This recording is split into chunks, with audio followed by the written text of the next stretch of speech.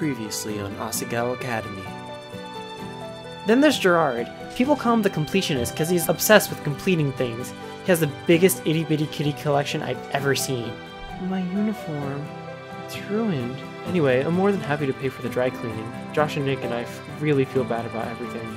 Tell you what, I have a friend who's a natural with that kind of stuff. I'll ask her to get the stain out for you. Hey! Watch where you're walking next time. A sheepish Gerard stood next to a short, skinny boy who was holding his tray above his head. I'm sorry, I'll be more careful. Oh, you're from Normal Boots. Wait, you're the guy who plays with the itty-bitty kitties, aren't you? The boy sneered. How the hell did you manage to get in with a group like that? They're my friends. Playing with those stupid dolls. You're an embarrassment. Kid's friends were hitting his shoulders, looking from Gerard to our tables with panicked eyes. I like what I like. I think they're fun. Whatever. The kid was let off by his friends. Gerard came back and sat down at the table. That was weird. Gerard sat down and began happily munching on his cookie, looking for all the world like he didn't even care about what just happened. I scanned the cafeteria for the boy who heckled him and found him sitting alone at a table, head in his hands. His friends left him behind. What was that about? Oh, that? I used to get it all the time. I collect itty bitty kitty figurines. You know that kids show with the 5 kittens who lived in Kitten Town? They were originally supposed to have magic powers, but whatever. I collect their figurines. They're really cute. Aww. I've almost got them all. I'm only missing Princess Pumpernickel. She's the rarest. Why was that guy making fun of you? Doesn't it bother you?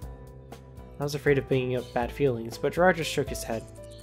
It looks kind of weird, right? A teenage boy collecting toys meant for little girls. But I like them, so I don't let it get to me. Sorry I didn't bring enough cookies the first time, Hana. I forgot you were joining us again, but I'm glad you're here. I bit my lip. See, Hana, he was being nice the whole time, and here you were jumping to conclusions. Hey, your cookie will get cold if you don't eat it. I unwrapped the cookie. A sense of chocolate and cinnamon hit me. I broke off a piece and popped it into my mouth. Gerard whispered something into Nick's ear, who started laughing so hard milk came out of his nose. Was he really okay with people making fun of him? I couldn't believe it. I didn't believe it. In my old school, people made fun of me every day. It was hell. There's no way he could just brush it off like that. Not when I tried so hard to do the same. But as I finished the cookie and stared at my ramen, and Gerard continued to laugh with the rest of Normal Boots, I wondered whether it was as impossible as I always thought. Hana, can you pass me some pepper? I got it. Here, Jared. Thanks. What's your name again? It's Mai. Nice. Thanks, Mai. Hana!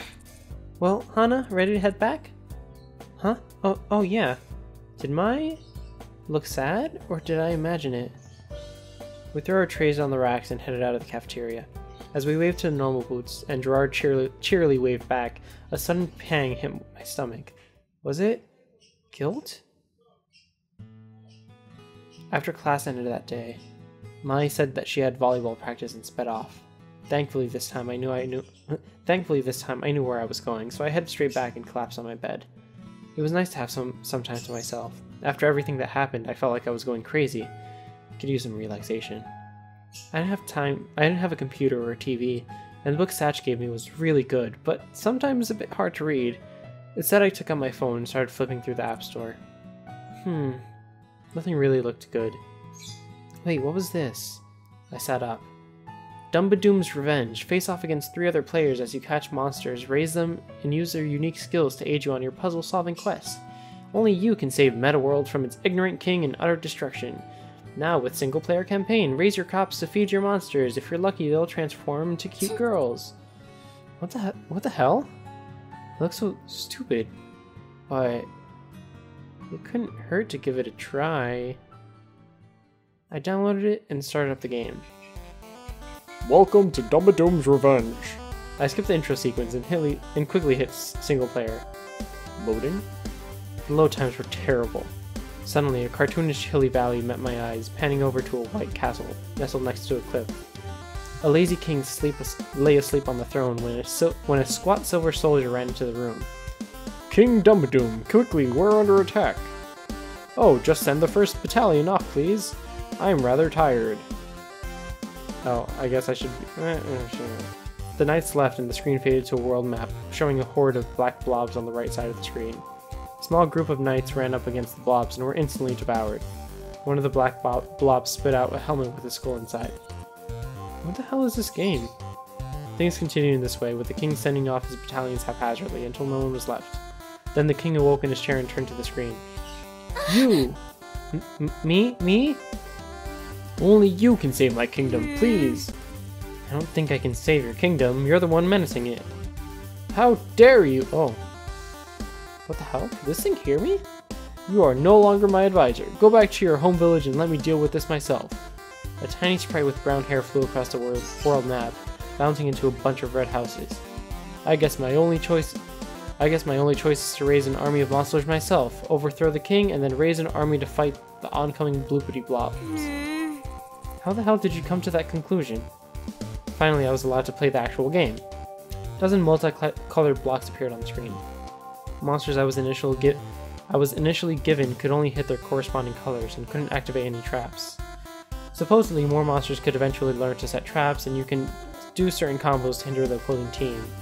If you had an attractive girl on your team, she could use an ability to double the rate of your opponent's blocks and have their clock time, but that had a drawback for you too and could be used as an asset by the opponent, not to mention that certain color combinations between girls and monsters activated unique secret abilities. You can also evolve your monsters and feed them things.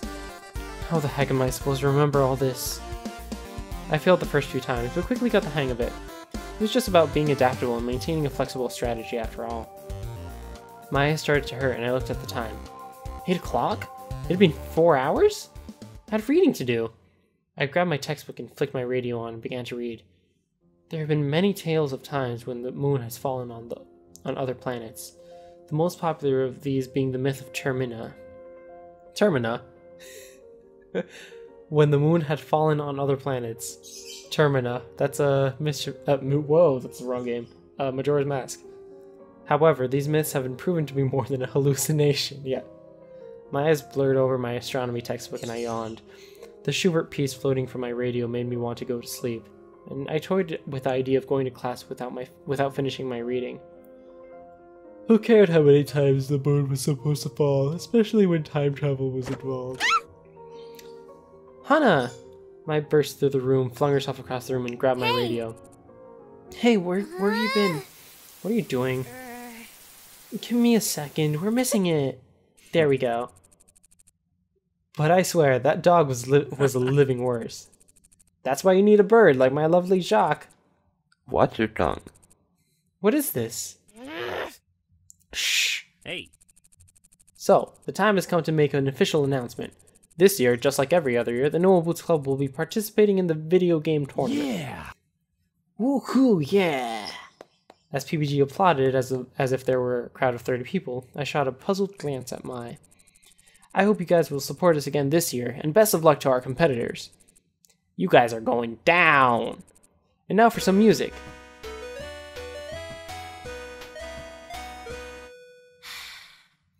Mai turned down the radio and sighed. Okay, what'd you want? What was that? PB&J. It's PBG's and John's radio show. They have a radio show? What do they do on it? Oh, you know, they talk and stuff and play music sometimes. Everyone in school listens to it. I'm so glad you brought your radio. I forgot mine at home. A video game tournament? Yeah, didn't you hear them talking about it the other day? No. Come to think of it, I hadn't paid much attention to their conversations. I was too busy worrying about myself. Every year they have a game tournament down at Higanbana Mall. Lots of the people come to compete, but everyone knows the real fight is between the Normal Boots Club and the Hidden Block Club. Is that what they do? Video game tournaments? Yeah, that's why no one's ever joined them since their inception. Wow. Well, I guess partly they're a group of friends who just happen to make the club together, but unless you're also really talented, you just drag them down. Ouch. Not all of them are so harsh, but some of them, well... Mike glanced away, but I felt like I knew who she was talking about. That's too bad. She was probably talking about Shane. The conversation I had before with Jimmy and Caddy came to mind. Had they really thought I was joining the Normal Boots Club? There was no way. I hadn't played any video games since I was a kid. My father gave me a 4DS when I left home, but... The night before I left home for Asagao, my dad came to visit me in my room. I had packed the few things I owned into a briefcase and a single cardboard box, set to be shipped with the train. I sat and stared at the box, somewhat bitter. I barely even needed it. I didn't even own much. Hana? Yeah, Dad? My father stood in front of me, a weary smile on his face. Even though he tried to hide it, I could see the deep wrinkles around his eyes, and the forehead was tired, sad. The past years had taken its toll on him, and I hadn't eased things. You'll be leaving tomorrow. Yeah. A heavy silence hung between us, filling my childhood bedroom like styrofoam. Are you excited? Yeah, I am. He nodded and glanced around my room, at the pale blue walls, the broken clock above my old desk, scuff marks around the doorframe where I ran into it as a kid. I lived in this house almost my entire life, and ever since moving after kindergarten, it was everything I knew. Now it was too much for me. The decision to transfer to Asagao didn't come lightly. First, it was a prestigious institution with a highly prized reputation. Only the best of the best, touting either great grades or impressive talent or lots of money, can get in. I was none of those things, but I made it in regardless. Part of me suspected I was a charity case. I received a small scholarship. It would no doubt look good for the academy to have fostered a poverty-stricken child in its walls. And despite the fact that my father couldn't afford it even with the scholarship, he guaranteed he'd support me if I went. I looked again at the wrinkles in his face, at his sagging shoulders. He pressed his hands against his body to hide the way they shook. All for me. He'd be all alone. I'm glad you're going. I think this will be good for you. Yeah. I wish I could say something else, but nothing came. Well, honey, just in case you get homesick, I brought a present for you. A present? From his pocket, my dad produced a shining pink Nintendo 4DS and placed it into my hands. For you. But why? How? Dad, this costs so much. You're already killing yourself to let me go. Why would you? Tears spilled from my eyes as my dad smiled. Nothing is too good for you, my dear Hana. His voice was trembling. You're my pride and joy. You deserve so much better than you've gotten from me. Dad! Go to Asagao. Have fun, make lots of friends, and when you get homesick, you play with that. I'll make do. I stood up and hugged him, burying my face in a scratchy sweater and oatmeal smell. I'll miss you. I'll miss you, my little Hana. But the thing is, he forgot to give me a cartridge to play with. Now I glanced at the machine hidden behind my desk lamp. Maya watched me carefully. Wow. Well, you never know what could happen. What? What do you mean? Maya giggled. Nothing at all. But I just got back, so I've got work to do. Work, right. PBG and I still had that project due, and we hadn't meant to discuss it at all. He said he had it under control, but I should probably make a backup plan, just in case. It wasn't that I didn't trust him, it was just that... Okay, I didn't trust him. Sighing, I worked a kink out of my shoulder. It looked like it would be a long night. Oh, what was that noise? Stop it, please. Oh, I'm coming. Who on earth would do this so early? It's early in the morning, in fact, that it wasn't even light out. Quietly patted over to the door. Mai shifted in her bed. What? What? What? It's about time. Who? Oh, honey. She pushed past me and swept into the room, flipping on the light switch. Paul and Nick followed after him. Hana, I feel terrible for just ruining your uniform. Sincerely, we owed you an apology and a clean uniform. I'm not so good with that kind of thing, so I brought a friend to help me. Josh pulled open my drawer and tossed out clothes left and right. Oh my god, stop, touch my underwear, please, what's wrong with you? I ran into him and grabbed his arm, trying to pull him away. These panties are so cute, they're perfect for you. Get away from there! Where's your uniform? I ducked below Josh and pulled open a drawer, pulling out the sticky fabric. Here, take it. I threw it at Josh's face, but he caught it with ease. This is no problem. I promise I'll have it cleaned in no time. Girls, he snapped. Follow me. Paul, Nick, and Josh swept from my room, but they didn't even head towards the hall exit. They just turned left, heading deeper into the dormitory. I have a good feeling about this. I stepped into my slippers and ran into the hallway, just in time to see the door to the girls' bathroom close. Oh no. What are you doing in here? I sprinted to the bathroom door, but before I could get there, Paul and Nick slammed into the wall across from the door. Men like you are the worst. Whoa! Whoa. No, this was all a misunderstanding, please. I'm sure it was. No, Mimi, it really was. Wait a second, where's the other person who was with them? She's doing something with the uniform in the sink. Mimi tossed her head with a sniff and headed back into the bathroom. She actually thinks Josh is a girl? She wouldn't be the first. Josh himself believes he's a girl. That wig is magical. Well, stay at a girl's bathroom. It's not exactly going to help with your platform if word gets around that you're a pervert. A shadow fell over Paul's face. I sighed.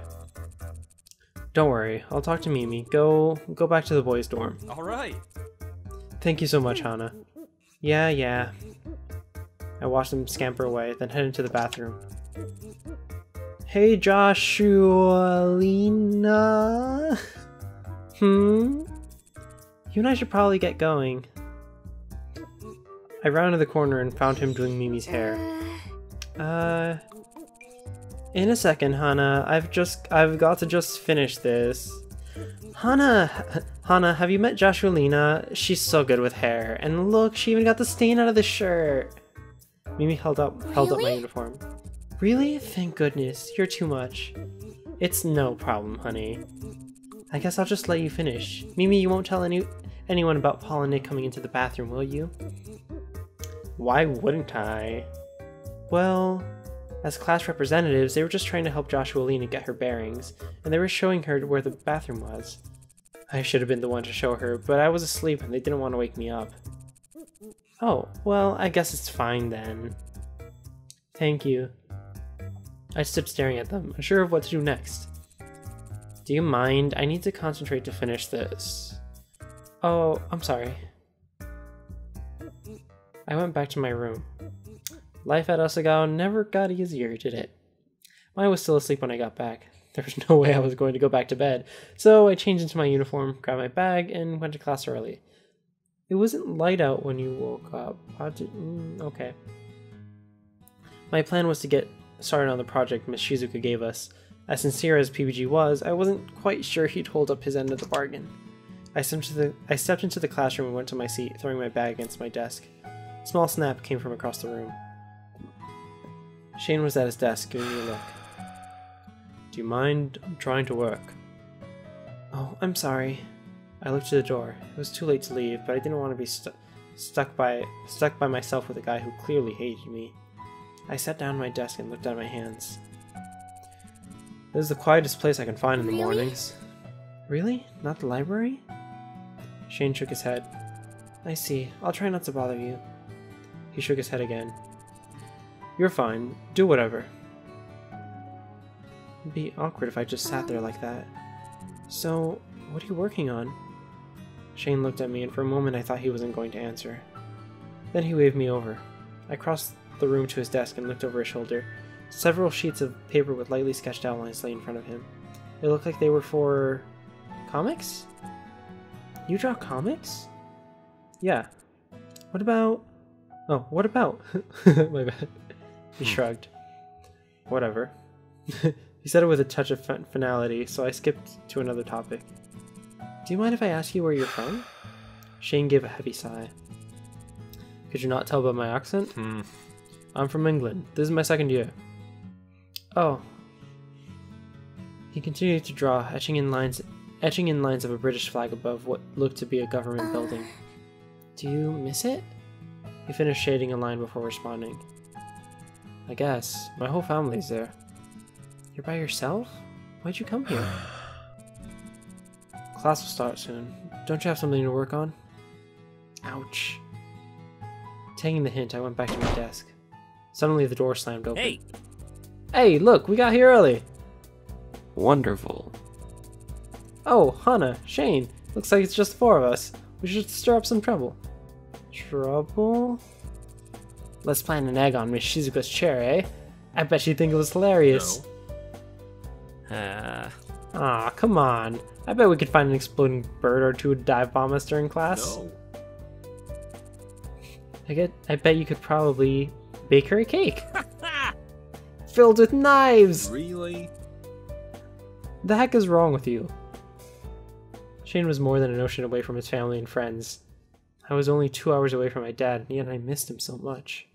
Was Shane homesick at all? Soon, other students filled the room, and Mai joined me at my desk, asking why I abandoned her. I filled her in on the situation. She had a good laugh, but as the clock ticked closer to class time, I felt like something was missing. Eventually, I realized what it was. PPG wasn't in class yet. Bell rang and Miss Shizuka came in. Class began, but he was still nowhere to be found. Where was he?